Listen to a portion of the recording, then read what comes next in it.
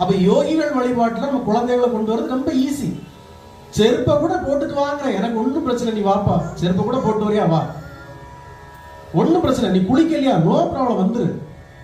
இல்ல பெண்கள் எனக்கு இன்னைக்கு மாதவிடாய் எனக்கு வர முடியாது, அதெல்லாம் ஒன்றும் பிரச்சனை இல்லை, வந்து அங்க கூட உட்காந்துருங்க, நாங்க இங்க போற்றி பாடுறோம், உங்களுக்கு பூ தரோம், அங்க இருந்து போடுங்க, உங்களுக்கு மனசு இருந்தா.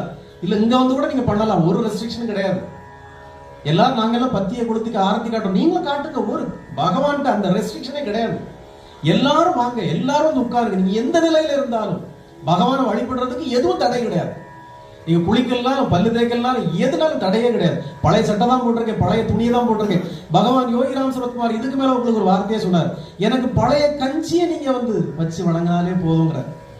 படிச்சிருக்கீங்களா? நீங்க பழங்கஞ்சி வச்சு நீ பண்ணுப்பா போதும், அபிஷேகம் பண்ணு. பழைய கஞ்சியை நீ எனக்கு நெய்வேத்தியம் பண்ணு போதுங்கிற. நீ பாலை கொண்டா, பஞ்சாமிரத்தை கொண்டா,